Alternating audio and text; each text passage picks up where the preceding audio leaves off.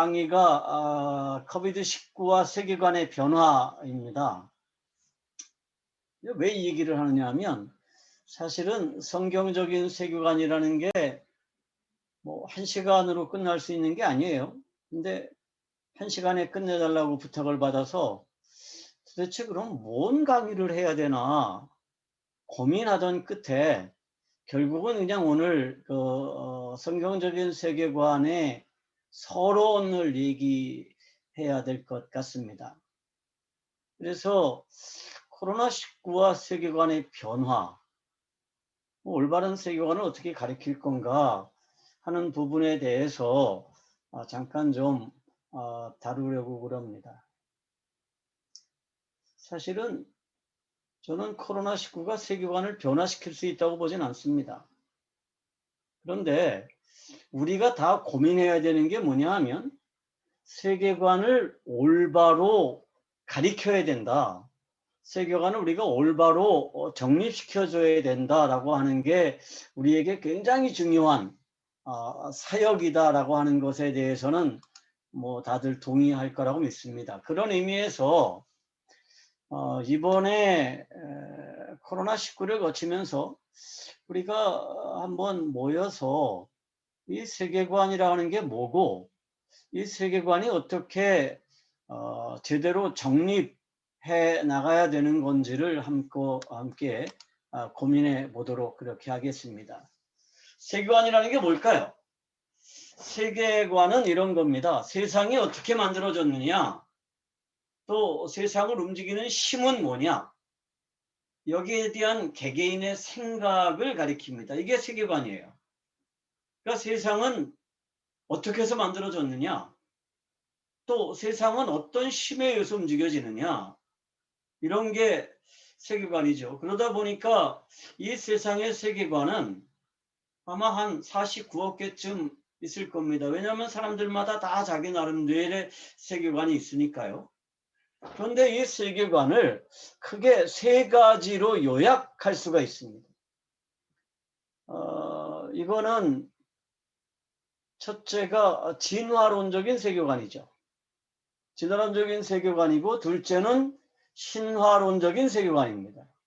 그리고 셋째가 창조론적인 세계관이죠. 이 창조론적인 세계관을 우리가 성경적인 세계관이라고도 부르고 혹은 존재론적인 세계관이라고도 부릅니다. 그러면 이 진화론적 세계관이라는 것은 우리가 다 알죠. 이거는 세상은 우연히 만들어졌다는 겁니다. 우연히 만들어졌고 세상은 선택과 진화에 의해서 지금까지 발전해 왔다는 거죠.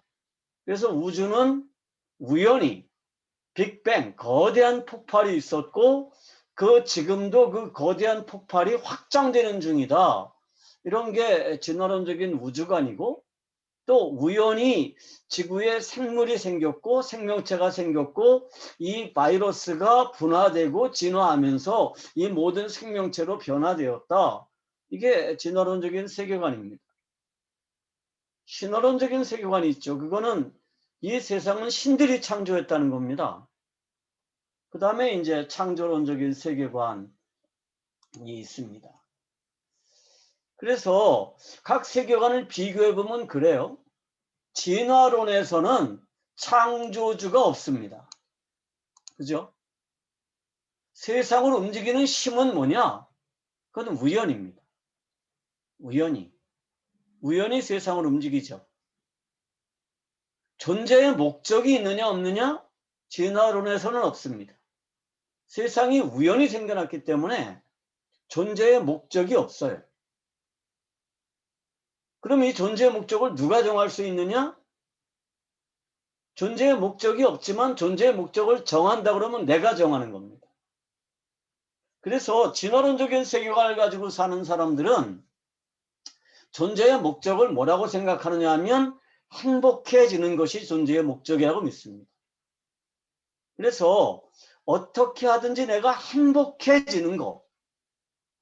그러니까 그게 소유를 다 버림으로써 행복해지든지 아니면 더 많은 소유를 가짐으로써 행복해지든지 행복해지면 되는 거예요. 그게 진화론적인 세계가 가진 사람들의 목적입니다. 그래서 싸우고 남의 거 뺏고 혹은 다 포기하고 내려놓으면 그럼 행복해질 수 있다고 믿습니다. 이게 진화론적인 세계관이죠. 그러다 보니까 이 세상의 주인이 누굴까요? 이 세상의 주인은 가장 진화한 존재입니다. 그래서 인간이 모든 생명체들 중에서 가장 진화했기 때문에 인간이 세상을 지배하는 거예요. 그래서 이 사람들은 옛날에 인간이 아직 나기 전에 쥐라기 시대나 백악기 시대에는 공룡이 가장 진화했기 때문에 공룡이 세상을 지배했다고 주장합니다. 또 인간보다 더 우월한 어떤 존재가 우주에서 나타나면 그 존재가 지구를 지배할 수도 있다. 이런 생각을 하죠. 그래서 이 진화론자들은 약육강식을 당연한 거라고 생각을 합니다. 신화론적인 세계관을 가진 사람은 어떻게 하죠? 여기에도 마찬가지로 창조주가 없습니다. 그러니까 힌두교의 수많은 신들 중에 창조주가 없죠. 불교에서도 엄청나게 많은 부처들이 있는데 창조주가 없습니다. 그러니까 불교의 최고 신이라고 하는 비로나자불도 창조주가 아니죠. 석가모니도 창조주가 아닙니다. 창조주가 없어요. 그러면 이 창조주가 없는 대신에 뭐는 있느냐? 세상을 움직이는 신들이 있는 거죠. 그것을 우리가 초자연적인 신이라고 부르죠. 그래서 제가 그 캄보디아를 가면 항상 볼 때마다 묻는 게 그 코끼리 상을 한 신이 있죠. 머리는 코끼리인데 몸은 사람인 그 신이 사람들에게 돈을 갖다 준다고 호텔에 가도 있고 어디 가도 다 있어요. 그래서 그런 신들이 세상을 움직인다고 믿습니다. 여기에는 존재 목적이 없어요. 신화론적인 세계관을 가진 사람들도. 자기가 왜 사는지 존재 목적이 없습니다. 그냥 사는 거예요. 그런데 존재 목적은 누가 정하냐? 여기서도 자기가 정합니다. 그리고 그 존재 목적을 이룰 수 있도록 뭐가 필요하냐? 신의 도움이 필요한 거죠. 여기서도 마찬가지로 존재 목적은 뭘까요? 행복입니다. 행복하기 위해서 신의 도움이 필요한 거죠. 티베트 불교에서는 다음 세상에 좋은 데서 신으로 태어나기 위해서 혹은 다음 세상에 좀 더 좋은 세상에 태어나기 위해서 지금 현재를 희생하죠. 그것도 사실은 누가 주인이에요? 내가 주인입니다. 내가 정하는 거예요. 내가. 그러다 보니까 이런 세상에서 주인은 누구냐? 신을 움직일 수 있는 주문이나 춤 혹은 음악을 아는 사람들이 힘 있는 사람입니다. 샤먼들이죠. 승려들입니다. 그래서 여러분들이 읽어보셨는지 모르겠지만 티베트 사자의 서라고 하는 책이 있습니다. 이게 두껍진 않고요. 어렵지도 않은 책인데 그 책에 보면 사람이 죽었을 때 어떤 경험을 하는지가 자세하게 나와 있습니다. 근데 거기서 아주 중요한 게 뭐냐 하면 그 승려의 도움입니다. 그 주문을 아는 사람, 그 길을 아는 사람이 죽어갈 때 그 곁에서 얼마나 적절하게 도움을 주느냐, 조언을 해주느냐가 굉장히 중요한 거예요. 그러다 보니까 사실은 기독교에서도 하나님을 어떻게 조정할 수 있는 능력을 가지기를 굉장히 원하죠. 그리고 그런 분들을 우리가 소위 말해서 뭐 큰 목사님이라고 이렇게 생각하는 분들도 가끔 있습니다. 또 다른 세계관은 창조론적인 세계관입니다. 여기에는 창조주가 있죠. 우리는 그분을 하나님이라고 믿습니다. 그러니까 어떤 종교나 어떤 철학에서도 창조자가 없어요. 오직 성경만 하나님이 세상을 창조했다고 선언하고 시작해요. 그러니까 창조자가 있죠. 뿐만 아니라 이 세상을 움직이는 분이 누구냐? 이분이 창조주라는 겁니다. 그분이 하나님이시고 그 하나님의 섭리에 의해서 우주가 움직여진다는 거예요. 그러면 창조된 모든 것들은 존재 목적이 있죠. 제가 지금 들고 있는 이게 마우스입니다. 이거 누군가가 만들었죠. 그냥 만든 게 아니라 컴퓨터의 커서를 움직이고 컴퓨터를 조종할 목적으로 만들었습니다. 그러니까 창조된 모든 것들은 존재 목적이 있어요. 그럼 이 존재 목적은 누가 정하느냐? 창조자가 정합니다. 자, 우리는 하나님이 세상을 창조했다고 믿죠. 뿐만 아니라 하나님이 나를 창조하셨고 나를 세상에 보내셨다고 믿습니다. 그러면 내가 존재하는 이유가 어디서 나와야 되느냐? 나에게서 나오면 안 되고 창조주에게서 나와야 되는 거죠. 그것을 우리가 기독교적인 세계관의 핵심이라고 봅니다. 그런데 우리가 그렇게 나는 창조론을 믿습니다. 나는 창조론적인 세계관을 가지고 있습니다. 이렇게 말하면서 사실은 내가 무엇 때문에 사는지 그 이유를 어디서 찾나요? 내 행복을 위해서 나는 존재한다고 믿습니다. 그래서 내 행복을 위해서 하나님이 도와주셔야 되고 내가 지옥 가지 않도록 하기 위해서 예수님이 필요하고 뭐 이렇게 생각들을 합니다. 그러면 그거는 그냥 말은 창조론을 믿는다고 하지만 실제로는 진화론적이거나 혹은 신화론적인 세계관을 가지고 사는 거죠. 제가 선교지를 다닐 때마다 가지는 의문 중에 하나가 그거예요.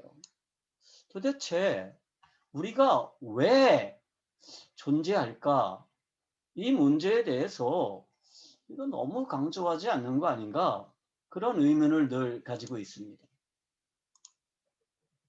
이 세상은 두 가지의 우주가 존재하죠.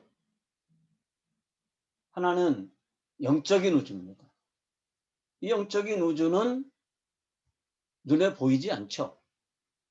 그리고 거기에는 영적인 존재들, 천사들과 귀신들이 존재합니다. 눈에 보이지 않지만 분명히 존재하죠. 그 영적인 우주를 책임진 사람들이, 책임진 존재가 누구냐 하면 캐루빔들, 즉 천사장들이죠. 그들은 왜 존재할까요? 하나님을 알고 하나님을 예배하도록 하기 위해서, 하나님을 섬기도록 하기 위해서 존재합니다. 물질 우주가 있죠? 이 물질 우주는 시간과 공간과 물질로 구성되어 있기 때문에 눈에 보입니다. 이 물질 우주가 지금 우리들이 존재하는 이 우주죠. 여기에는 물질적인 존재들이 있습니다. 시간과 공간의 제약을 받는, 그리고 한계를 가지고 있는 존재들이죠. 이 물질 우주의 관리 책임은 누구에게 맡아졌느냐? 우리가 성경을 읽어보면 이것은 인간에게 맡겨진 게 분명해요. 그래서 인간은 우주를 관리해야 될 책임이 있죠. 하나님은 이 물질 우주를 왜 만드셨느냐? 하나님은 그냥 만드신 게 아니죠. 하나님은 전지하신 분입니다. 이 전지하다라는 말은 슈퍼컴퓨터처럼 모든 것을 다 하신다. 그런 단순한 뜻이 아니에요. 하나님은 모든 것을 계획하신다라는 의미입니다. 그러면 하나님은 창조하실 때 그냥 즉흥적으로 창조하신 게 아니라 계획하시고 그 계획에 따라서 창조하셨습니다. 영적인 우주를 창조하신 하나님, 하나님을 알고 하나님을 예배하고 하나님을 섬기도록 영적인 우주를 창조하신 하나님은 물질적인 우주를 창조하셨습니다. 계획을 가지고 창조하셨죠. 그 계획이 뭐예요? 하나님을 알고 하나님을 예배하는 것입니다. 이게 성경적인 세계관의 핵심입니다. 존재의 목적을 이해하느냐는 것입니다. 우리가 너무 그 복음의 초보에 머물러 있습니다. 그래서 예수 믿고 천국 간다. 예수 믿으면 이 세상에서 행복해진다. 그렇게만 복음에 접근하다 보니까 사실은 성경적인 세계관의 이 핵심에 대해서 별로 그렇게 관심이 없어요. 다시 말하지만 창조된 모든 것들은 목적이 있습니다. 이 우주는 창조됐습니다. 영적인 우주가 창조되었고 물질적인 우주가 창조되었습니다. 그러니까 이 우주에 존재하는 모든 것들은 다 뭐가 있느냐? 존재의 목적이 있다는 거예요. 존재의 목적이 다 있죠. 우주를 향한 하나님의 목적, 하나님의 계획이 뭘까요? 그것은 물질 우주와 영적인 우주 모두가 하나님을 알고 하나님을 예배하도록 창조하셨다는 겁니다. 그게 하나님의 계획이고 그게 모든 우주의 존재 목적이죠. 우리는 하나님을 알고 하나님을 예배하도록 창조되었습니다. 이게 기독교 세계관에서 아주 중요한 그러한 부분이죠. 그런데 물질 우주에는 한계가 있습니다. 하나님은 물질이 아니죠. 또 물질 세계에 속해 있지 않은 그러한 영이십니다. 그래서 요한복음 4장 24절은 뭐라고 그래요? 하나님은 영이시니 예배하는 자가 영과 진리로 예배할지니라 그랬습니다. 하나님은 물질 세계에 속해 있지 않습니다. 영적인 우주에 존재하는 것들, 이 천사들은요, 영이신 하나님을 알 수 있어요. 왜? 영이니까. 또 예배할 수 있었습니다. 그런데 물질 우주에 존재하는 것들은 영이 없어요. 그래서 하나님을 알 수 없고 하나님을 예배할 수 없습니다. 그래서 물질 우주에 존재하는 것들은 하나님을 알 수 없죠. 개, 고양이, 늑대, 사자, 호랑이 이런 것들은 하나님을 알 수 없습니다. 저 이성상 선교사님이 사역하시는 그 하베스트에 가면 개가 한 마리 있어요. 큰 개인데 하비라고. 그 하비가 예배할 때 늘 채플실에 들어와 있습니다. 그래도 개가 그 예배하는 건 아니죠. 그런데 하나님은 영적인 우주와 물질적인 우주 모두가 하나님을 알고 하나님을 예배하기를 원하셨어요. 여기에 이제 딜레마가 있는 거죠. 영적인 우주는 별로 문제가 없는데 물질적인 우주에는 이제 문제가 좀 있는 거죠. 그래서 하나님이 그분의 완전하신 지혜로 뭐를 하셨느냐? 인간을 창조하셨습니다. 창세기 2장 7절을 보면 여호와 하나님이 땅의 흙으로 사람을 지으시고 생기를 그 코에 불어넣으시니 사람의 생명이 되니라 이렇게 기록하고 있습니다. 인간은요 물질로 이루어져 있습니다. 흙으로 만들었어요. 그래서 어디에 속해 있어요? 이 물질 우주에 속해 있습니다. 그런데 여호와의 특별한 창조를 통해서 뭐가 됐느냐? 생명이 됐습니다. 살아있는 영, 다시 말해서 영을 가진 육체가 됐습니다. 그래서 인간은 육체를 가지고 있기 때문에 물질 우주에 속해 있지만 하나님의 생기를 통해서 어디에도 속하느냐? 영적인 세계에도 속할 수 있습니다. 그래서 인간이 왜 중요하냐 하면요. 사람들은 인간이 인격을 가지고 있기 때문에 중요하다고 생각해요. 그런데 인간이 왜 중요하냐 하면 이 물질적인 우주를 알고 영적인 우주를 아는 유일한 존재가 인간이에요. 천사들은요. 육체가 없어요. 물질이 아니기 때문에. 그런데 인간은 육체를 가지고 있으면서 동시에 모두 알 수 있느냐? 영적인 세계도 알 수 있는 존재입니다. 그래서 하나님은 인간을 이 물질 세계의 관리자로 세우셨습니다. 그래서 인간 안에 하나님이 들어와 계시기 때문에 인간이 가는 곳에는 뭐가 나타났느냐? 하나님의 영광이 나타났습니다. 그래서 인간은 하나님의 영광을 가장 완벽하게 반영하는 존재였어요. 그래서 물질 우주에 존재하는 모든 것들은 인간을 통해서 하나님을 볼 수 있었습니다. 인간을 통해서 하나님을 알 수 있었고 인간과 함께 하나님을 예배할 수 있었어요. 그게 인간의 독특한 점이죠.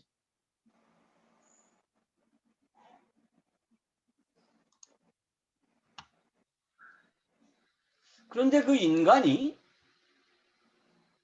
스스로가 하나님이라고 주장하기 시작했어요. 스스로가. 나도 하나님 할 수 있어 라고 주장하기 시작했죠. 그래서 뭐를 먹었어요? 선악을 알게 하는 나무의 열매를 먹었습니다. 그러니까 여기서 선악을 안다는 거는요, 뭐가 선한 일이고 뭐가 악한 일인지를 알 수 있게 됐다는 뜻이 아니에요. 사실은요, 여기서 중요한 거는 선이라고 하는 건 뭐예요? 존재 목적에 합당한 게 선이에요. 악은 존재 목적에 합당하지 않은 게 악입니다.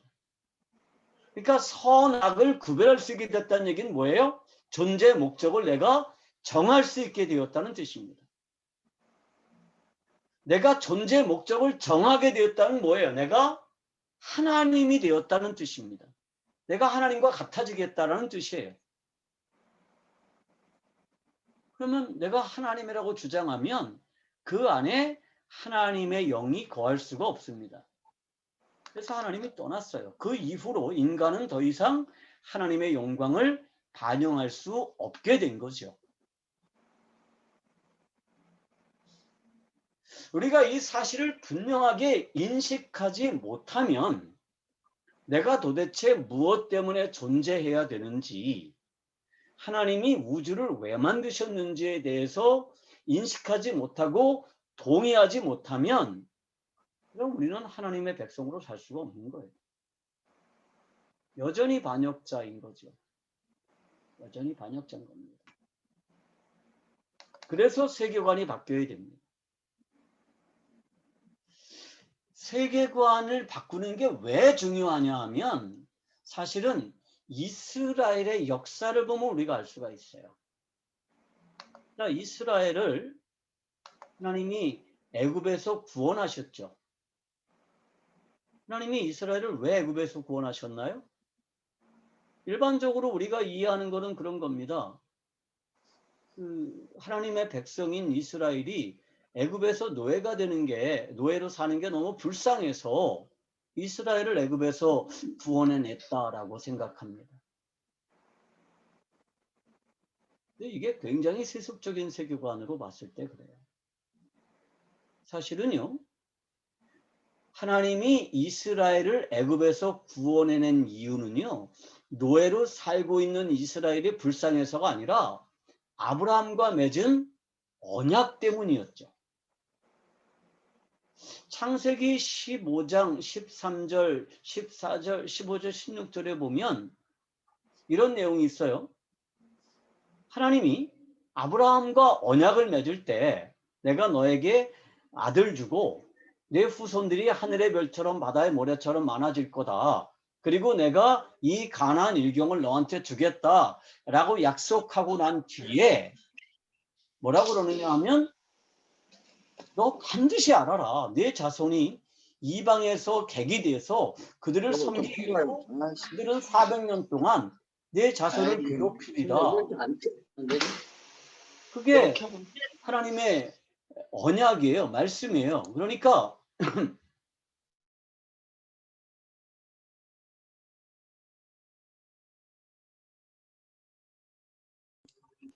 구본식 목사님, 그 음소거가 됐으니까 좀 다시 마이크를 켜주시기 바랍니다.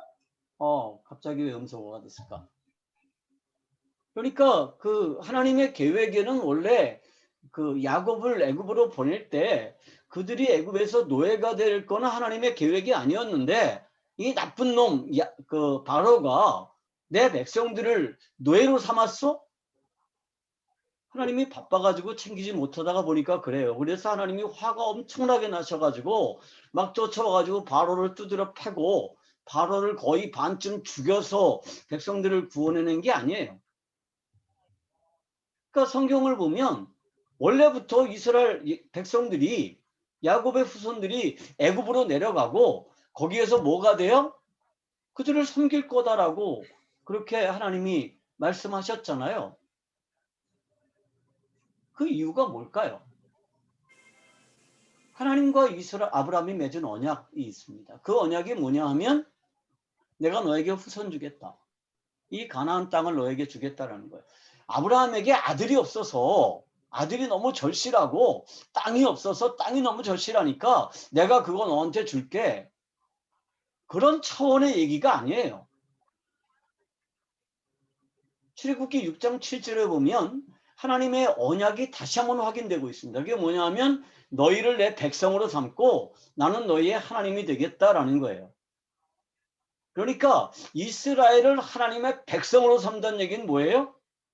하나님이 자기의 나라를 회복하겠다라는 겁니다. 하나님의 나라를 다시 세우겠다라는 거예요. 그리고 그 일을 위해서 뭐 하시는 거예요? 이스라엘을 애굽에서 끄집어내는 겁니다. 그러니까 우리가 애굽에 내려진 재앙을 바로의 불순종에 대한 징벌 혹은 하나님의 심을 보여주기 위한 것이다. 이렇게 이해하는 것은 아주 세속적인 세계관입니다. 하나님이 제일 세. 내가 최고야. 어? 그리고 하나님은 누구만 사랑하세요? 이스라엘만 사랑해. 이스라엘만 내 새끼야. 나머지는 다 누구의 새끼예요? 내 반대편에 있어. 그러니까 죽여야 돼. 그런 하나님이라고 인식을 하는 거예요. 그게 보통 세상이 이해하는 하나님이란 분입니다. 성격 까칠하고 말 안 들으면 죽여버리고 지옥 보내고. 근데 사실은 애굽에 내려진 재앙의 핵심은 뭐냐 하면 이스라엘의 세계관을 바꾸기 위한 전쟁이었다는 겁니다. 자, 애굽에서 400년 동안 노예로 살 때 이스라엘 백성들은 하나님을 잃어버렸을까요? 잊어버리지 않았었다는 거 우리가 충분히 이해할 수 있습니다. 다만 하나님은 어떤 분이에요? 그냥 종교적인 관념 혹은 우리들의 민족신 이 정도의 신이었어요. 그리고 그 땅에서 400년을 살다 보니까 뭘 가지고 살았을까요? 지극히 애국적인 세계관을 가지고 살았습니다. 그러니까 우리는 하나님의 백성이야. 하나님이 우리를 선택하셨어. 우리는 아브라함의 후손이야. 이런 희미한 정체성은 가지고 있지만 사는 것은 뭘 가지고 살았느냐? 애국적인 세계관을 가지고 살았다는 뜻입니다. 애국적인 세계관이라는 게 뭐예요? 신화론적인 세계관입니다. 신들이 세상을 만들었다. 누가 만들었는지 몰라요. 그리고 신들이 세상을 어떻게 한다? 지배한다. 그래서 뭐 해야 돼요? 신들에게 잘 보이면 그러면 우리가 이 땅에서 행복을 보장받을 수 있다. 라고 하는 게 애국적인 세계관입니다. 그런데 그 애국적인 세계관을 바꾸시기 위해서 하나님이 전쟁을 하시는 거죠. 누구를 위해서? 바로를 위해서가 아니에요.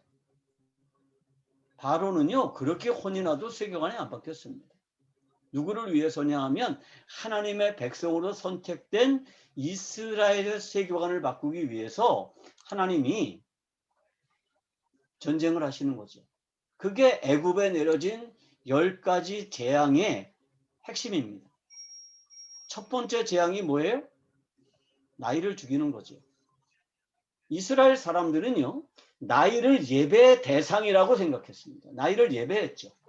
그래서 나일의 수호신의 이름이 크눔이에요. 그리고 하피라는 신도 나일의 수호신이에요. 그런데 그 나일의 수호신과 하피가 죽었어요. 그래서 나일이 뭐로 변했어요? 피로 변했습니다. 뿐만 아니라 그 나일엔 누가 있느냐 하면 물고기를 보호하는 하토, 네이토 이런 신들이 있었어요. 그렇게 믿었습니다. 그런데 그 하토, 네이토가 죽었어요. 그러니까 어떻게 됐어요? 모든 물고기가 다 죽었어요. 당시에 애굽 사람들은 나일은 애굽의 풍요와 번영을 가져다 준 신이라고 생각했고 그 나일을 예배했습니다. 그리고 400년 동안 그 땅에서 살다 보니까 이스라엘 백성들도 당연히 그런 생각을 가지고 있었죠. 나일이 있으니까 이 땅에 풍요가 있는 거야. 나일이 있으니까 이 땅이 번영하는 거야. 그런데 애굽의 번영은 나일 때문이 아니라 하나님이 주시는 것이다. 이거를 가리키기 위해서 나일강을 피로 만드신 거죠. 두 번째 재앙은 개구리 재앙입니다. 이 개구리 재앙은요, 개구리 모양을 한 여신이 있어요. 그 여신의 이름이 헤켓이라는 신입니다. 이 헤켓은 뭘 상징하느냐 하면 생명과 다산을 상징합니다. 몇 년 전에 제가 영국 박물관에 갔었어요. 우리가 말하는 대형 박물관. 정말 미이라들이 많더라고요. 엄청나게 미이라가 많은데 그 미이라들 중에서 왕족의 미이라에는 뭐가 있느냐 하면 이 개구리 모양의 헤켓이 도자기로 구워져서 올려져 있더라고요. 그러니까 이 사람들은요, 이 개구리 모양의 여신이 자기들에게 생명을 주고 다산을 준다고 생각했습니다. 그런데 하나님이 어떻게 하셨어요? 개구리를 오히려 이용하셔서 애굽 땅에 재앙을 내리셨습니다. 그게 개구리 재앙입니다. 그 다음 재앙은 이 재앙이죠. 이는요, 아코르라고 하는 신이 있어요. 이 아코르가 모든 가축의 보호자입니다. 그런데 이 아코르를 하나님이 무력하게 만들었어요. 그러니까 어떻게 됐어요? 이가 번성하게 됐습니다. 아코르가 가축을 보호하는 게 아니에요. 파리 재앙도 마찬가지죠. 파리 재앙은요, 캐플이라고 하는 신이 있습니다. 이 캐플은 어떻게 생겼냐면 투구풍뎅이 모양으로 생겼어요. 그러니까 쇠똥벌레 모양으로 생겼죠. 미라라는 영화를 여러분들이 혹시 보셨는지 모르겠지만 거기 보면 그 개똥벌레 소똥벌레 그 버셀처럼 생긴 그 벌레가 인간의 살을 막 파고 들어가 가지고 몸으로 막 들어가는 장면이 나오는데 그게 캐프리라고 하는 신이에요. 그런데 이 캐프리가 모든 환경을 장악한다고 믿습니다. 그래서 지구 환경을 깨끗하게 해준다고 생각했죠. 그런데 지구 환경은 캐프리가 이렇게 보호하는 게 아니에요. 누가 해요? 하나님이 하신다는 겁니다. 그 다음 재앙은 악질 재앙이에요. 그 악질 재앙은요, 황소신이라고 하는 아피스가 있고요.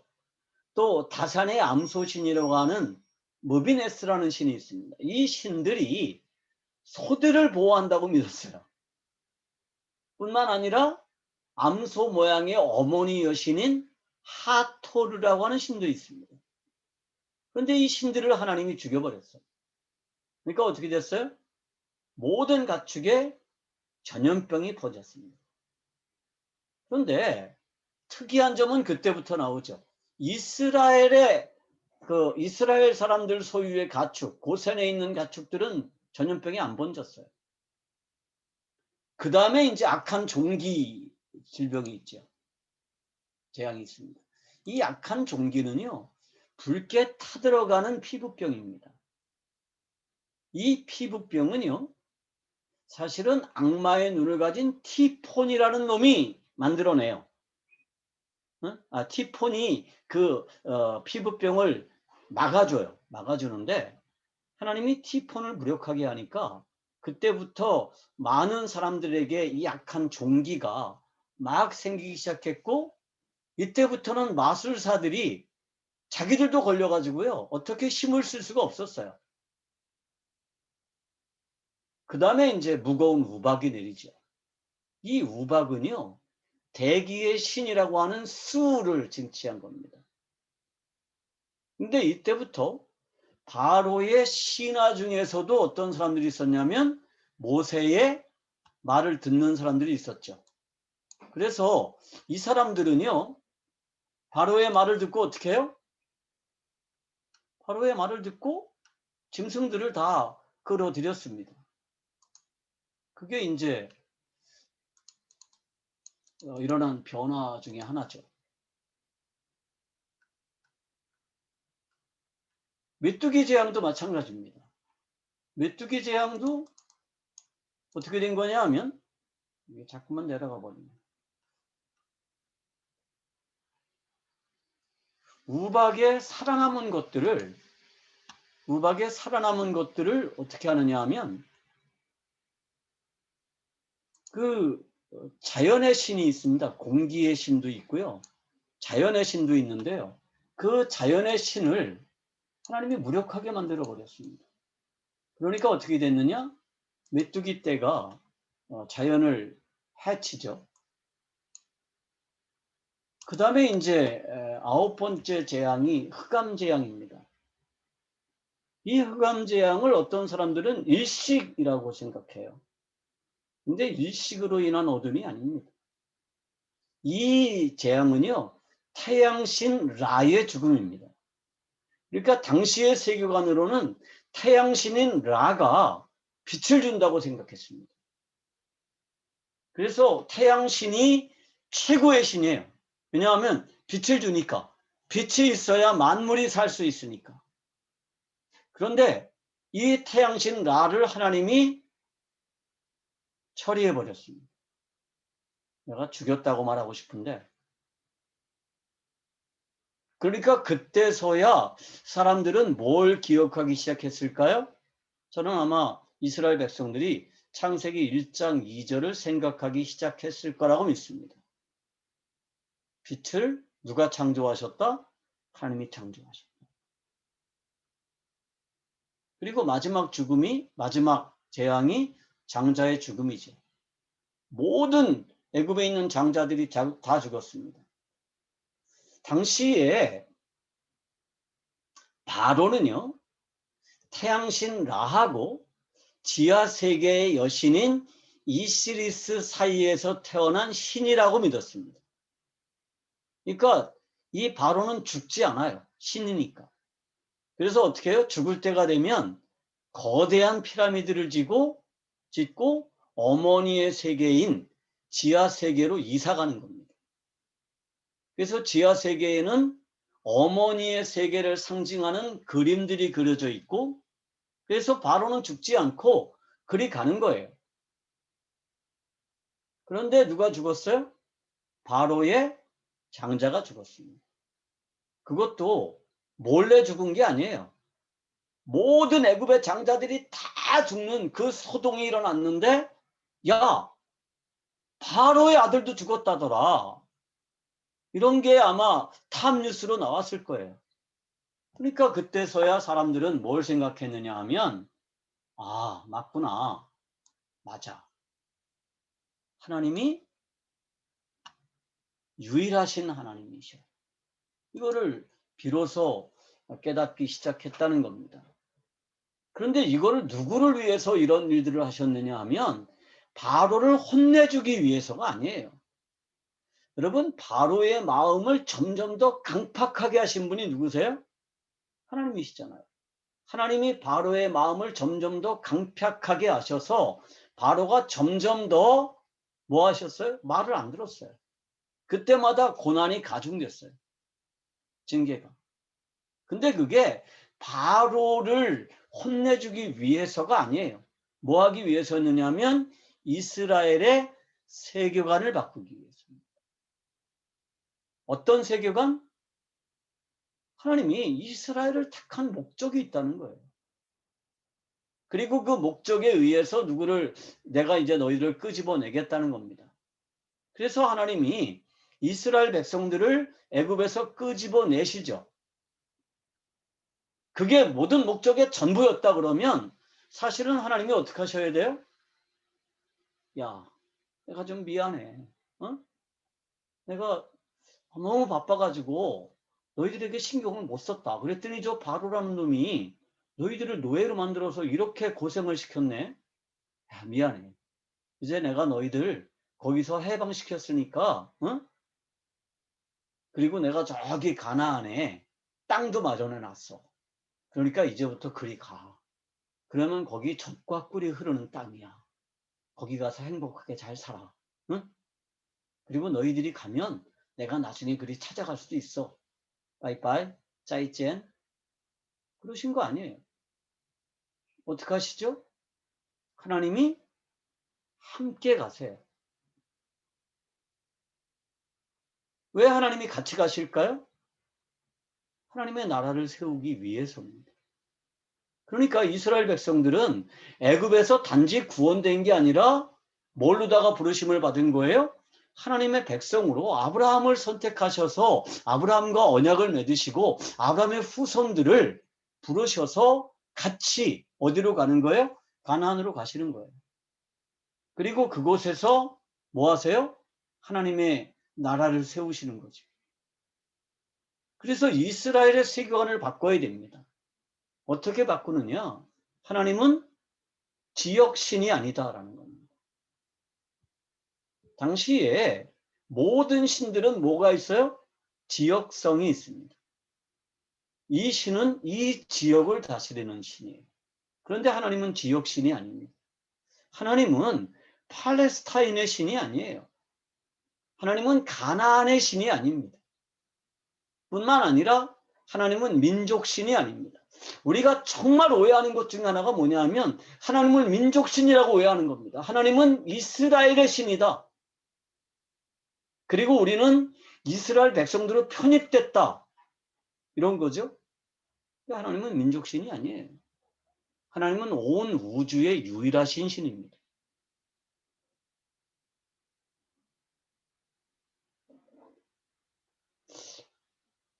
세 번째로 하나님은 그냥 존재하시는 게 아니에요. 우리 하나님의 존재를 믿는다. 이렇게 얘기하죠. 그런데 하나님은 그냥 존재하는 게 아니라 분명한 목적을 가지고 계시다는 거예요. 그 목적을 위해서 아브라함을 부르시고 그와 언약을 맺으셨다는 겁니다. 그리고 그 언약을 이루시기 위해서 가나안 땅에 죄악이 가득 찼을 때 이스라엘 백성들을 찾아가셔서 거기에서 애굽에서 이스라엘 백성들을 불러내시고 이스라엘 백성들과 함께 가나안으로 가신다는 거예요. 마찬가지죠. 오늘 우리도 분명하게 알아야 될 게 있습니다. 하나님은 지역신이거나 민족신이 아닙니다. 그래서 저는 나라를 위해서 기도할지언정 민족을 위해서는 잘 기도하지 않습니다. 뿐만 아니라 하나님은 분명한 존재의 목적을 가지고 계시다는 거예요. 어떤 목적이 있을까요? 우리를 구원하시는 게 하나님의 목적일까요? 아니에요.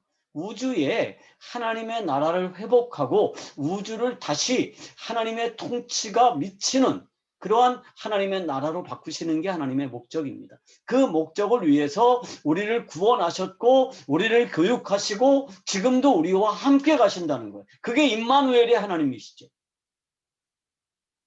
하나님이 나와 함께 계신다는 게 무슨 뜻일까요? 지금도 하나님은 나와 함께 계시면서 내 세계관을 바꾸어 가고 계시다는 거예요. 그런데요, 세계관이 안 바뀌면 어떤 문제가 있을까? 그거를 기록한 내용이 여호수아서 6장 18절과 19절에 나와 있습니다. 거기 보면 이렇게 돼 있죠. 너희들이 여리고를 점령하고 난 뒤에 뭐 하지 말라? 전리품 택하지 말라는 거예요. 전리품 너희들이 가지면 안 돼. 그랬어요. 그런데 이스라엘에 어떤 일이 일어나죠? 아간이라는 사람이 전리품 중의 일부분을 감췄어요. 그래서 하나님이 이스라엘 자손들에게 진노하셨습니다. 그래서 결과가 어떻게 돼요? 여리고는 무너뜨렸는데 여리고보다 훨씬 더 작은 그런 조그만 성 하나를 점령을 못하고 거기서 굉장히 많이 죽죠. 아이라는 성에서. 근데 여러분 한번 생각을 해보세요. 사람들이 왜 전쟁을 하죠? 남의 것 뺏기 위해서 전쟁합니다. 지금은 지금도 거의 비슷하지만 제가 요즘 읽고 있는 책 중에 하나가 그 나자르가트라고 하는 사람이 아까 제가 소개한 1024페이지짜리 아주 두꺼운 책을 요즘 열공하고 있는데요. 거기에서 전쟁의 목적이 뭐냐면 약탈이라고 이렇게 주장을 해요. 그리고 엄청나게 많은 근거 자료들을 들어서 설명하고 입증을 하죠. 전쟁을 하는 이유는 남의 거 뺏기 위해서예요. 또 뭐 하기 위해서? 내 거 지키기 위해서 전쟁합니다. 이게 전쟁의 목적이어서 전쟁은요. 인간의 욕심과 욕심이 가장 첨예하게 부딪히는 장소가 어디냐 하면 그게 전쟁터예요. 그런데 하나님이 그 전쟁을 하는데 너희들 전리품 가지면 안 돼. 그 전리품은 다 내 거야. 그러시는 거예요. 하나님이 욕심쟁이라서 그럴까요? 다 죽어라고 싸우게 만들고 사실은 여리고에서 이스라엘이 싸운 건 아니죠. 하나님이 대신 싸우셨습니다. 그리고 전리품은 절대로 가지면 안 돼. 그럼 하나님이 욕심쟁이시라서 그럴까요? 아니에요. 그 이유가 뭐냐면 전쟁의 목적이 전혀 다르기 때문입니다. 인간의 전쟁이 욕심과 욕심이 부딪히는 전쟁이라고 그러면 이 전쟁은 어떤 전쟁이에요? 하나님의 나라를 회복하기 위한 전쟁입니다. 그래서 우리가 이것을 뭐라고 불러요? 홀리워라고 부르는 거예요. 이 이스라엘 백성들은 이 하나님의 나라를 회복하기 위한 전쟁에 하나님의 군대로 부름을 받은 거죠. 그런데 이스라엘 백성들의 많은 사람들 중에 이 전쟁의 목적을 제대로 이해하지 못한 사람들이 있었던 것 같아요. 아간 한 사람만 그랬다고 저는 믿지 않습니다. 많이들 그랬을 거예요. 그래서 제비 뽑잖아요. 아간이 뽑혔어요. 물론 하나님이 그 전능하심으로 아간을 딱 집었을 수 있지만 사실은 다른 누가 찍혔어도 마찬가지였을 거라고 믿습니다. 그래서 아간은요. 이 하나님의 전쟁, 이 거룩한 전쟁의 목적을 이해하지 못했어요. 그래서 뭐 했느냐? 세속적인 세계관을 가지고 전쟁한 사람이에요. 그래서 어떻게 해요? 전리품들 중에 한 부분을 자기가 챙긴 거죠. 세계관이 안 바뀐 겁니다. 세계관이 안 바뀌면 어떤 문제가 있을까요? 하나님의 나라의 건설이 지체됩니다. 그리고 교회가 고통을 당합니다. 오늘 이 컨퍼런스에 참석하신 선교사님들이 정말 온 세상을 다니면서 복음을 전하고 엄청나게 수고하죠. 복음을 전해야 됩니다. 복음은 복잡하게 전하면 안 되죠. 심플하게 전해야 돼요. 그런데 복음을 전하고 그 다음에 제자훈련 과정을 통해서 뭐 해야 되느냐? 세계관을 바로 세워줘야 됩니다. 자칫 사람들에게 예수 믿으면 너도 행복해질 수 있어. 그걸로 끝난다 그러면 우리는 그냥 기독교라는 종교를 전해주는 겁니다. 예수 믿으면 너도 마음 편해질 수 있어. 예수 믿으면 너 다음에 죽어서 천당 가. 그걸로 끝나버린다 그러면 그냥 기독교라는 다른 종교를 전해주는 거죠. 하나님의 나라를 세울 수는 없습니다. 하나님의 목적과는 상관이 없어요. 저는 사실은 선교 현장을 여러 나라를 다녔습니다. 중국의 모든 주들을 거의 다 다녔고요. 중국에 있는 대도시들은 거의 다 가서 사역을 했습니다. 제가 늘 안타까운 게 그거예요.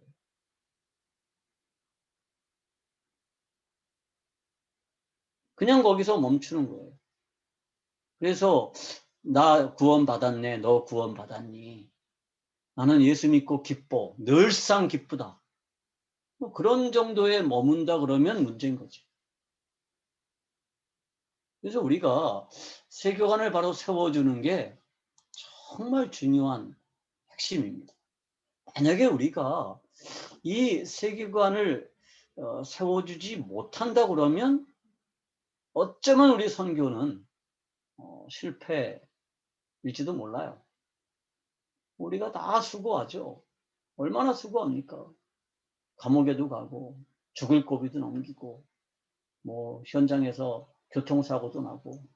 저도 사실은 7년 전에 베트남 하노이에서 정말 중한 뇌졸중이 와가지고 뭐 거의 죽음을 경험했어요.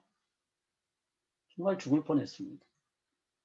그런데 하나님이 아직 네가 해야 될 일이 있다 그래서 한국으로 빨리 오게 하시고 완전히 마비된 상태에서 중환자실에 입원했다가 회복시켜 주셔서 지금은 누구도 내가 그 뇌졸중을 심하게 앓았던 사람이라는 거를 모르죠. 내가 얘기하지 않으면. 선교사님들 뭐 그런 간증들 수없이 많잖아요. 죽을 뻔하다 살았다. 그런 간증들 많은데요. 그게 우리가 세계관을 정말 바꿔주지 않으면 그러면 우리 선교는 어쩌면 실패일지도 몰라요. 오늘 제가 페북을 보다 보니까 캄보디아에서 선교하시는 분인데 이분이 그런 말을 하더라고요. 캄보디아 사람들은 좀 그렇게 피동적인지 모르겠다. 자기 센터에 있는 학생들이 교실에 수도가 고장이 나도 절대로 안 고친대요. 그럼 선교사님이 고쳐야 된대요. 그럼 선교사님은 내가 이걸 고치면 얘네들이 나를 본받고 배우겠지. 근데 아니라는 거예요. 그러면 얘네들은 뭐라고 생각하냐면 저거는 선생님이 고치는 거야. 당연히 그렇게 생각한다는 거예요. 그래서 제가 거기다 이런 댓글을 달았습니다. 그게 식민지를 경험한 사람들의 특징입니다. 식민지를 경험한 사람들은요, 거짓말을 잘하는 사람이 영웅이에요. 그래서 식민지를 경험한 나라 사람들은요, 거짓말을 정말 잘해요. 우리나라도 그렇죠. 우리나라의 사기 범죄가요, 일본의 500배예요. 일본 사람들보다 한국 사람들의 사기 범죄가 500배예요. 위증은 몇 배냐? 400배예요. 그러니까 위증으로 검찰에 기소된 게 일본의 400배예요. 왜 그러냐면 우리는 식민지 경험을 해가지고 식민 지배자들을 대항하다 보니까 거짓말하고 속이는 게 당연해요. 그게 문화가 됐어요. 그리고 게을러요. 근데 이거가 이제 한국은 완전히 다 고쳐졌죠. 부지런한 거 이런 거는. 이건 우리 민족성하고도 관계가 있는 것 같은데 캄보디아 사람들을 보면 굉장히 비굴한 미소가 있고요. 정직하지 않고요. 뭐 이런 얘기들을 정말 많이 해요. 그러니까 선교사님들이 정말 그 현지민들을 막 무시하고 막 야단치고 이러는 분들 참 많이 만나더라고요. 제가 캄보디아에 이렇게 가서 보면. 그래서 제가 정말 이들에게 필요한 게 뭘까? 복음이라는 거예요. 복음. 언젠가 그 캄보디아에서 한국에서 오신 큰 교회 목사님을 만나서 같이 교제를 나눌 수 있었는데 그분이 내가 세계관 강의를 한다 그러니까 5분간 세계관이 뭔지를 설명해 보래요. 그래서 제가 웃었거든요. 제가 5분을 드릴 테니까 세계관이 뭔지를 자기한테 설명해 달라. 그래서 제가 웃고 말았습니다. 근데 나중에 식사하면서 자연스럽게 제가 한 얘기가 뭐냐 하면 기독교 세계관의 핵심이 뭘까요? 복음을 제대로 아는 겁니다. 복음을 제대로 아는 겁니다.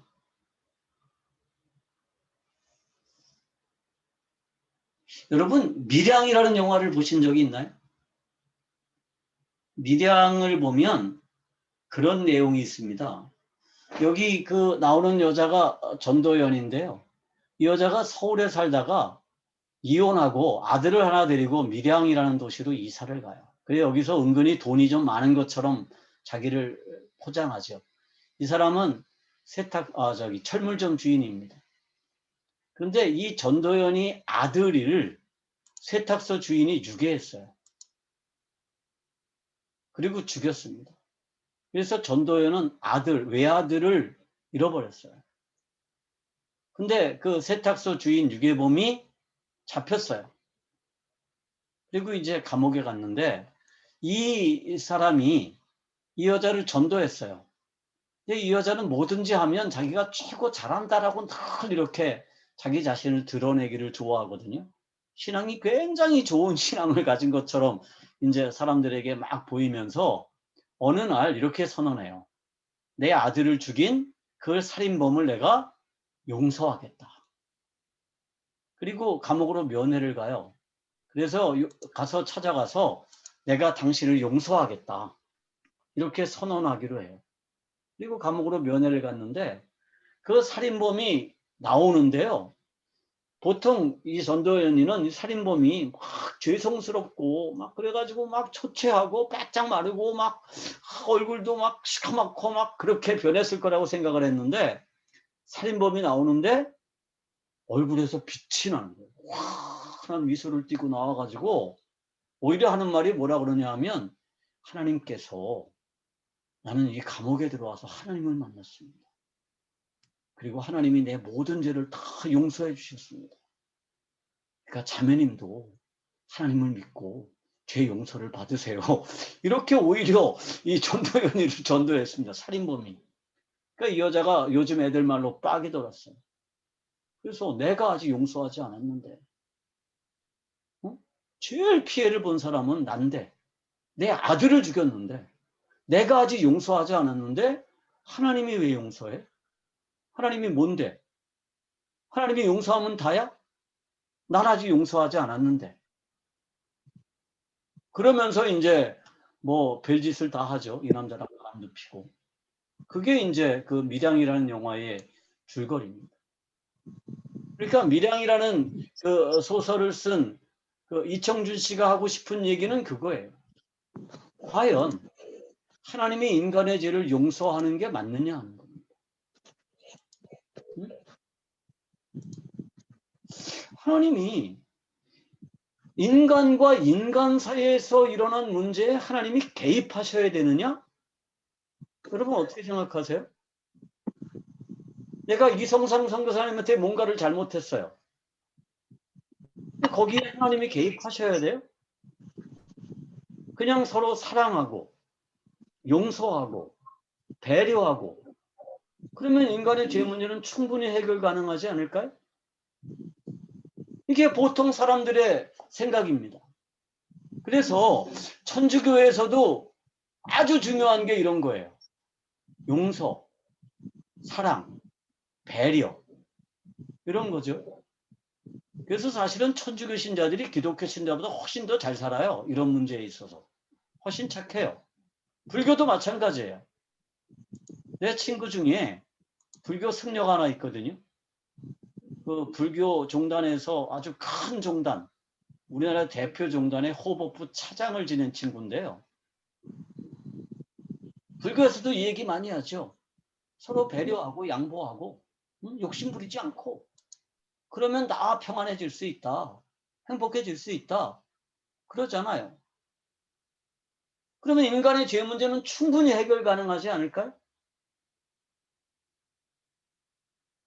근데 거기에 꼭 하나님이 개입하셔야 되나요?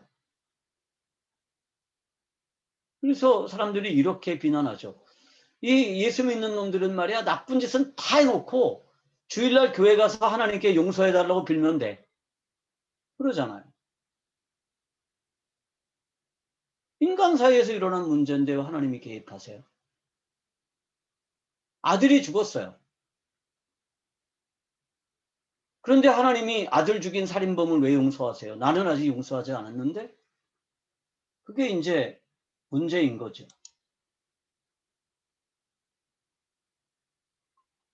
근데 우리는 알죠.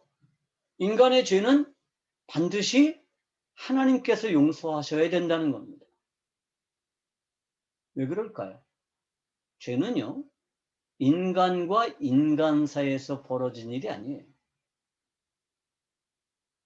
죄는 뭐냐?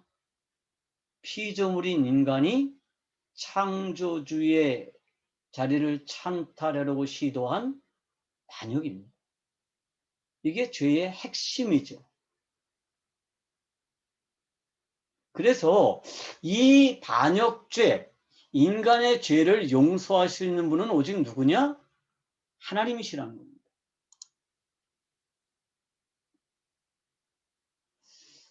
이 반역죄가 일어난 것을 우리가 일반적으로 다들 이해하죠. 이게 에덴 동산에서 벌어진 일이죠. 하나님이 아담을 찾아오셨습니다. 그럴 때 아담은 어떻게 했어요? 두려워서 숨었습니다.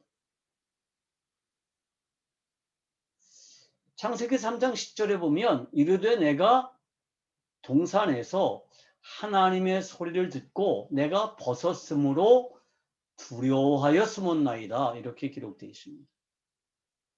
부끄러워서 숨은 게 아니에요. 제가 리차드 도킨스라고 하는, 여러분 학자를 아시죠? 만들어진 신의 저자입니다.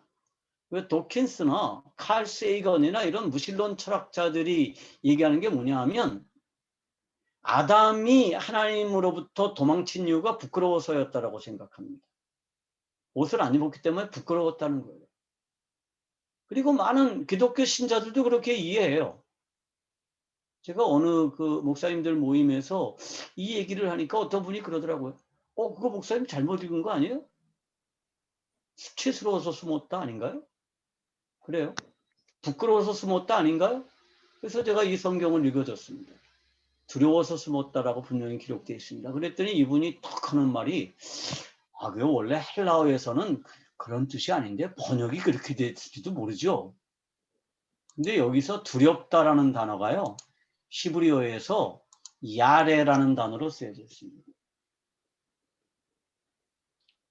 이 단어가 성경에 몇 군데에 똑같은 단어가 쓰여지는데 그 중에 하나가 신명기 5장 5절입니다. 그러니까 이스라엘 백성들이 호렙산에 갔을 때 불을 무서워서 두려워해서 산에 오르지 못했습니다. 모세만 혼자 올라갔죠. 그때 두렵다라는 단어가 야레가 쓰여졌습니다. 또 하나는 사무엘상 7장 7절에 기록되어 있는데요. 이스라엘 자손이 미스바에 모였습니다. 그러니까 블레셋 사람들이 이스라엘을 치고 올라왔어요. 그러니까 이스라엘 자손들이 블레셋이 지금 쳐들어온다는 소식을 듣고 두려워했습니다. 그때도 야레라는 단어가 쓰여졌어요. 그러니까 야레라는 건 뭐냐 하면 죽음의 공포를 수반하는 두려움입니다. 그냥 부끄러움이 아니에요. 옷을 안 입었기 때문에 부끄러워서 숨은 게 아니에요. 두려워서 숨었습니다. 왜 두려웠을까요? 아담이 벌거벗고 있어서 두려웠습니다. 그럼 벌거벗으면 두려운가요? 저 등산 되게 좋아하거든요. 그래서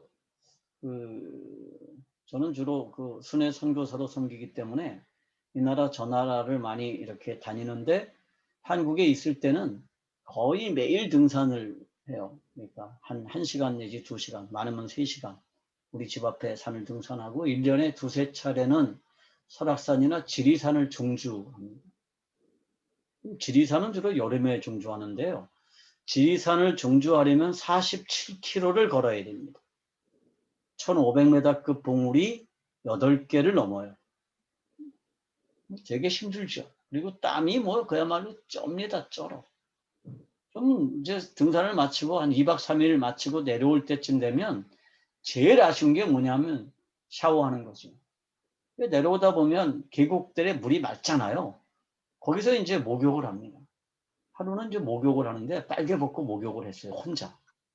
근데 여자들 3명이 자기들도 목욕하려고 씻으려고 나 있는 쪽으로 오는 거예요. 막 떠들면서. 그래서 제가 인기척을 냈는데요. 이 여자들이 못 듣고 계속 와요. 그래서 제가 여기 지금 저 목욕하고 있어요. 그랬더니 여자들이 얼마나 그리고 막 도망갔다고.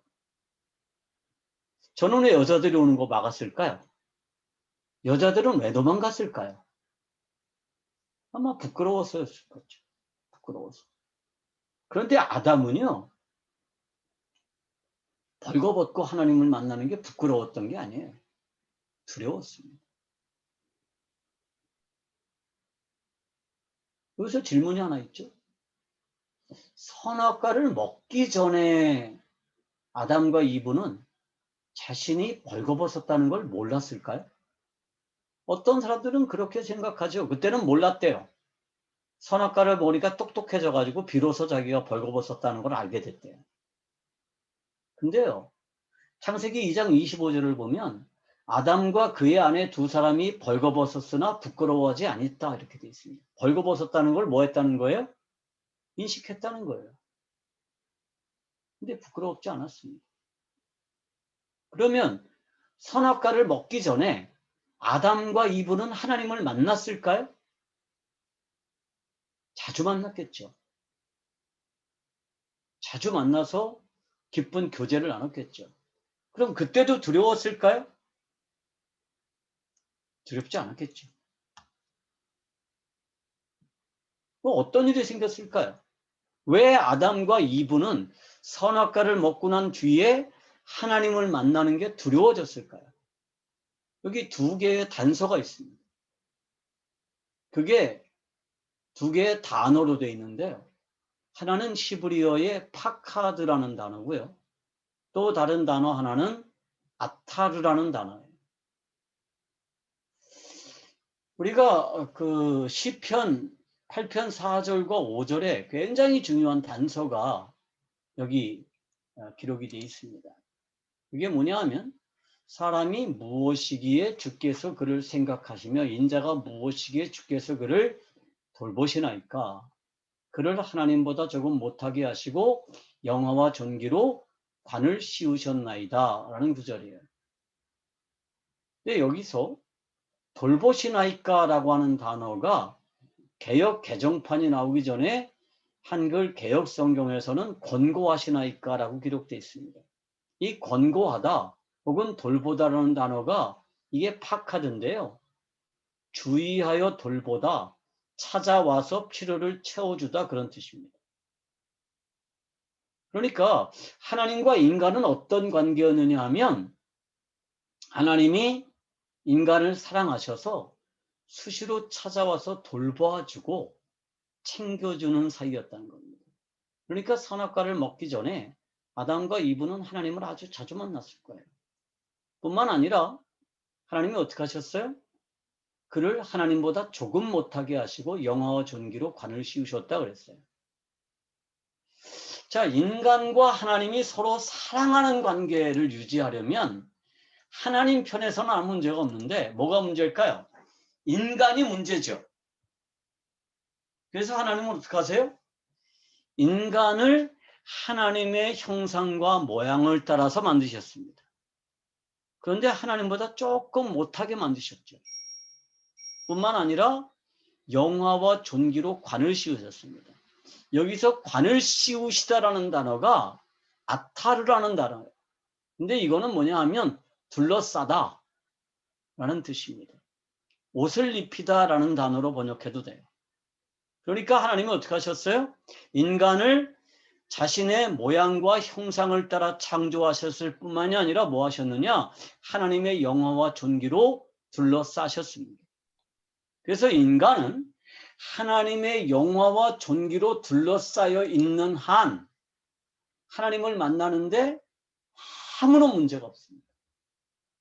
그래서 인간은 영화와 존귀의 옷을 입고 하나님과의 교제를 누릴 수가 있었죠. 그런데 어느 날 뭐가 없어졌어요? 이 영화와 존귀가 빨가벗겨지는 일이 발생합니다. 언제 발생했죠? 아담이 스스로가 하나님이라고 주장하는 그 순간에 아담 안에 있던 하나님이 아담을 떠나셨습니다. 그래서 아담은 발가벗겨졌습니다. 그런데 아담이 발가벗겨졌다라고 하는 것은 그냥 단지 옷을 안 입었다는 뜻이 아니에요. 반역에 피할 수 없는 증거입니다. 아담이 뭐가 되려고 했다? 하나님이 되려고 했다.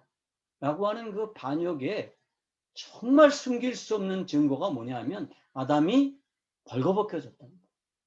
그리고 그 벌거벗은 그대로 반역자의 신분으로 하나님을 만나면 어떻게 될까요? 하나님은 자신을 죽일 거다라고 생각했습니다. 여러분, 성경에 죄의 삭은 사망이다 그랬잖아요. 그리고 모든 사람이 죄를 지었다 그랬잖아요. 그럼 거기서 말하는 죄가 뭘까요? 전 어렸을 때 이게 정말 불만이었어요. 전 사실 어렸을 때 이게 착한 어린이였거든요. 나쁜 짓을 별로 안 했어요. 그런데 교회만 가면 맨날 죄를 회개하래. 죄 때문에 지옥 간대요. 그럼 어떡할까요? 맨날 똑같은 죄목들을 꺼내내서 회개했습니다. 제가 친구 집에서 친구와 같이 그 집 닭을 훔쳐 먹었어요. 친구 집에서 친구 집 닭을 친구가 훔쳐서 몰래 구워 먹었거든요. 그거 저 고등학교 2학년 때까지 맨날 회개했습니다. 초등학교 때부터. 회개하라고 그럽니다. 한 것도 하고 한 것도 하고 친구네 집 과수원에서 배설이 해먹은 거 또 회개하고. 근데 그것 때문에 하나님이 나를 지옥에 보낸다 해. 그럼 하나님은 정말 쪼잔하신 분이에요. 까다로우신 분이시고. 근데 또 하나님이 사랑의 하나님이래. 전 정말 이해할 수 없었어요. 그럼 사람들은 아담이 선악과를 먹은 게 왜 죄냐? 그럼 그러죠. 아, 그게 선악과 자체가 문제가 아니라 하나님이 먹지 말라고 한 거를 불순종한 게 죄야. 불순종이 죄야. 그게 기독교인들이 일반적으로 이해하는 선악과에 관한 문제입니다. 그럼 생각해 보세요. 여러분들 부모님 말 순종 잘했습니까? 잘할 때? 여러분 자식들은 순종 잘하나요?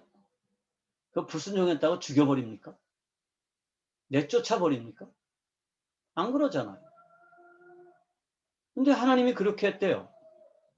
그러니까 우리가 어떻게 이해하느냐 하면 성경은 그냥 종교적인 관념으로 이해하는 거예요.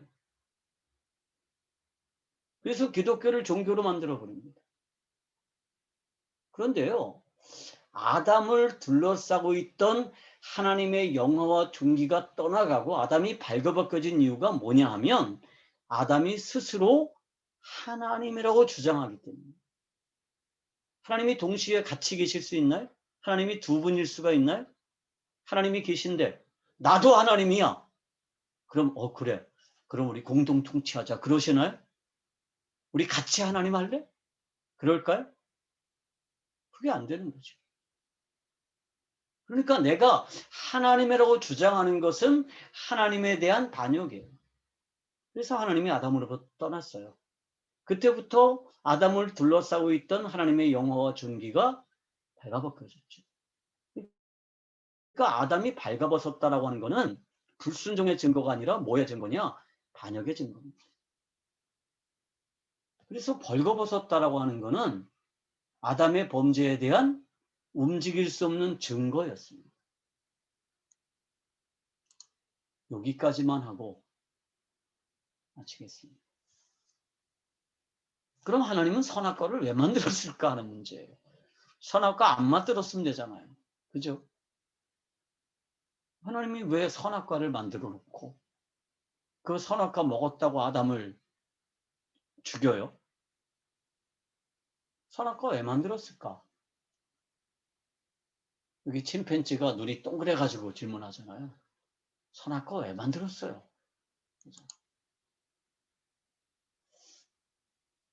선악과는 치명적인 독을 감추고 있었을까요? 아니죠. 단지 하나님의 명령에 대한 불순종의 문제일까요? 하나님은 절대적인 독재자이신가요? 그래서 말 안 들으면 죽이시나요? 아니에요. 선악을 알게 하는 나무의 열매는 제가 결론부터 말할게요. 아담을 죄로부터 보호하기 위한 안전장치였습니다.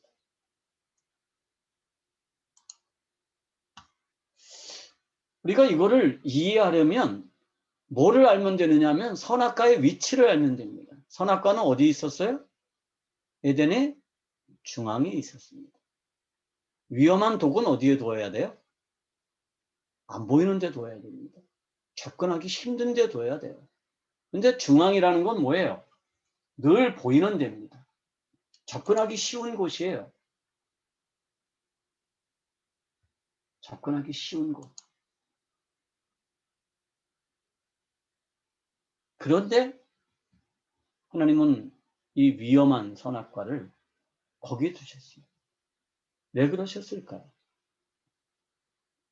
아담을 죄로부터 보호하기 위한 안전장치였습니다. 하나님이 두 개의 우주를 창조하셨다고 그랬죠? 영적인 우주와 물질적인 우주를 창조하셨습니다. 그런데 영적인 우주에서 큰 문제가 발생했습니다. 아마 반역이 일어났던 것 같아요.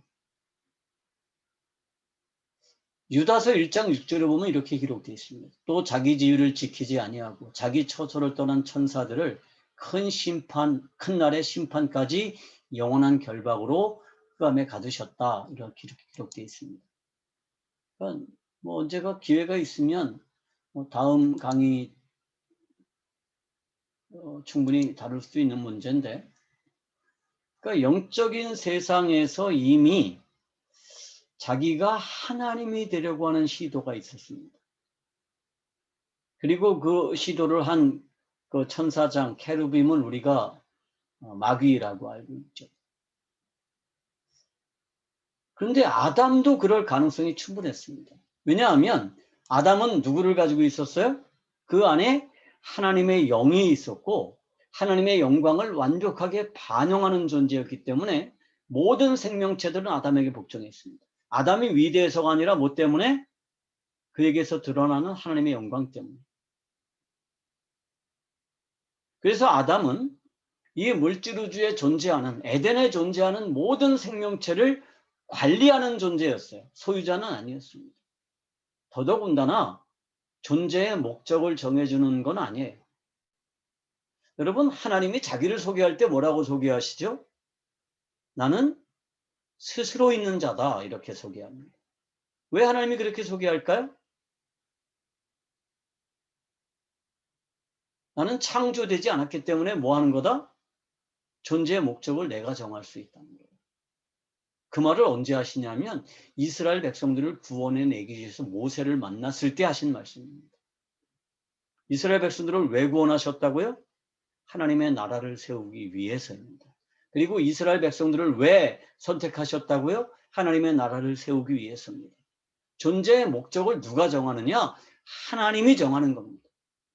그런데 인간이 스스로 존재의 목적을 정할 뿐만이 아니라 모든 생명체들의 존재의 목적을 정해주는 위치에 가려고 했어요.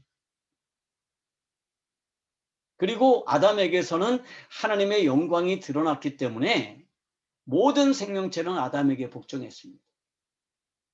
아담이 위대해서가 아니에요.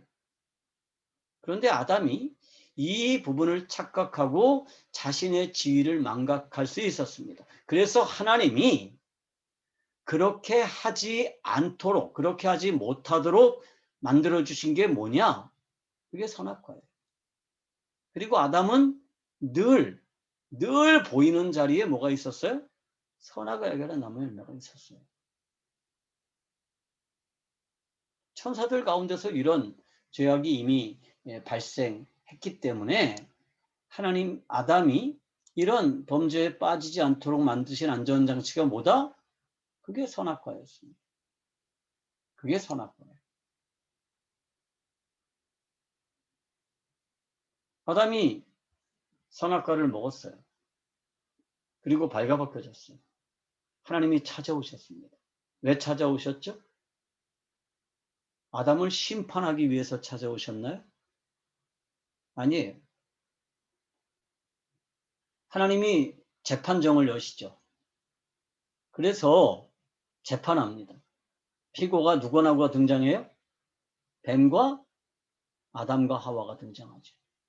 그런데 인간의 범죄로 저주를 받은 존재가 있습니다. 누가 저주를 받아요? 마귀가 저주를 받습니다. 뱀이 저주를 받아요. 근데 이 저주라는 단어가요, 이 아라르라고 하는 단어거든요. 아타르하고 비슷한데 아라르예요. 이거는 뭐냐 하면 영원한 관계의 단절입니다. 그게 저주예요. 다시는 하나님과의 관계를 회복할 수 없는 그 지경. 그래서 야고보서 2장 19절에 뭐라 그래요? 네가 하나님이 한 분이신 줄을 아느냐? 잘 아는도다. 마귀도 믿고 떠느니라 그래요. 마귀도 하나님은 유일하신 분이시다는 사실을 알아요. 그리고 믿어요. 그런데 하나님께로 돌아가지 못합니다. 두려워서 떨 뿐이죠. 왜? 마귀는 저주를 받았기 때문에.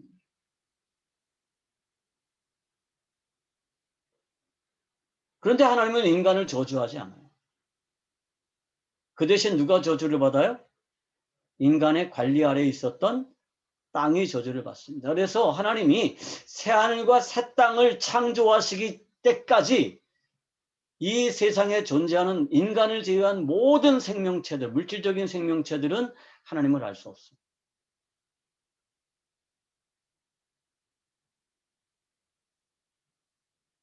그래서 하나님은 인간을 저주하지 않으셨습니다. 그래서 우리가 요한복음 3장 16절을 다 잘 외우죠. 하나님이 세상을 이처럼 사랑하사 독생자를 주셨으니 이는 저를 믿는 자마다 멸망치 않고 영생을 얻게 하려 하심이라. 이 말씀 누구나 다 외워요. 그런데 그 다음 구절은 잘 모르죠.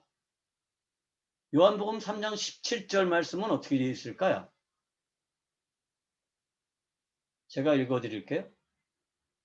하나님이 그 아들을 세상에 보내신 것은 세상을 심판하려 하심이 아니요 그로 말미암아 세상이 구원을 받게 하려 하심이라.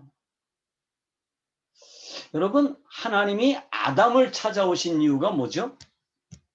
아담 심판하려고 오신 게 아니에요. 아담에게 뭐 하려고? 하나님과의 교제가 가능하도록 방법을 알려주시기 위해서입니다. 하나님의 아들이 왔을 때도 왜 오셨어요? 심판하기 위해서 오신 게 아니에요. 뭐 하도록 하기 위해서? 구원받도록 하기 위해서입니다. 그래서 인간이 범죄의 흔적을 가리고 하나님과의 교제가 가능하도록 하신 조처가 뭐죠? 그게요. 가죽옷입니다. 가죽옷을 지어 입히셨어요. 가죽옷을 지어 입혔다는 건 뭐죠? 그냥 짐승의 가죽을 벗겼다는 뜻이 아니에요. 짐승을 희생했다는 뜻입니다. 그래서 인간은요, 그 뒤로 하나님과의 교제를 유지하기 위해서 뭐 해요? 하나님 앞에 나갈 때마다 희생 제물을 가지고 나갔습니다. 그러면서 하나님이 뭐 하세요? 약속하시죠. 무슨 약속하세요? 여자의 후손을 이 세상에 보내주실 것을 약속하세요. 그리고 그 여자의 후손이 뭐 할 거다? 뱀의 머리를 밟을 거다라고 약속하십니다. 그 여자의 후손이 누구예요? 그분이 예수님이십니다. 그리고 여자의 후손을 완벽하게 예표하는 존재가 누구예요? 그게 이삭이죠. 우리가 이것을 성경을 보면 재밌는 얘기가 있어요. 예수님이 자기 어머니를 2번이나 여자라고 호칭했습니다. 여자여라고 호칭했어요. 첫 번째가 언제예요? 메시아로서의 공식적인 사역을 시작하는 자리, 가나에 있는 잔치 자리에서 자기 어머니를 여자여라고 불렀습니다. 예수님이 술 취해가지고 자기 어머니를 못 알아본 게 아니에요. 두 번째는 언제 그랬느냐? 예수님이 메시아로서의 사역을 완성하는 자리, 십자가 위에서 말씀하셨죠. 예수께서 자기 어머니와 사랑하는 제자가 곁에 서 있는 것을 보시고 자기 어머니에게 말씀하시되 여자여 보소서 아들이니이다. 여기서 말하는 여자가 누굴까요? 여자의 후손할 때 그 여자입니다. 그러니까 여자의 후손으로 오신 분이 누구예요? 그게 예수님이세요. 그래서 예수님은 약속을 따라서 이 세상에 오신 여인의 후손으로 자신을 인식하셨다라는 의미예요. 그러니까 그냥 여자여라고 횡설수설하신 게 아니라는 겁니다.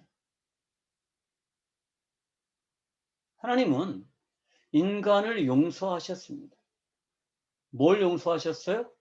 인간의 반역죄를 용서하셨습니다.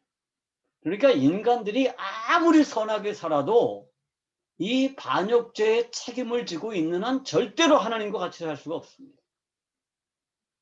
스스로를 하나님이라고 주장하면 하나님과 같은 공간에 존재할 수가 없어요.